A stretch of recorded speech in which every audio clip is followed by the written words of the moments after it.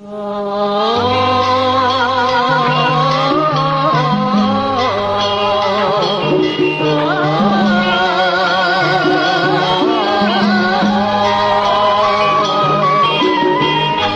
ងអើយទាំងអូនក្បែរភ្នំសំពើ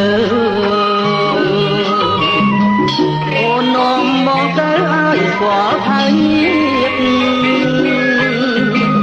ទៅដល់ផ្ទះអូនទាំងយប់អាត្រៀតជួបជុំហើយញាតទាំងប្រុសទាំងស្រី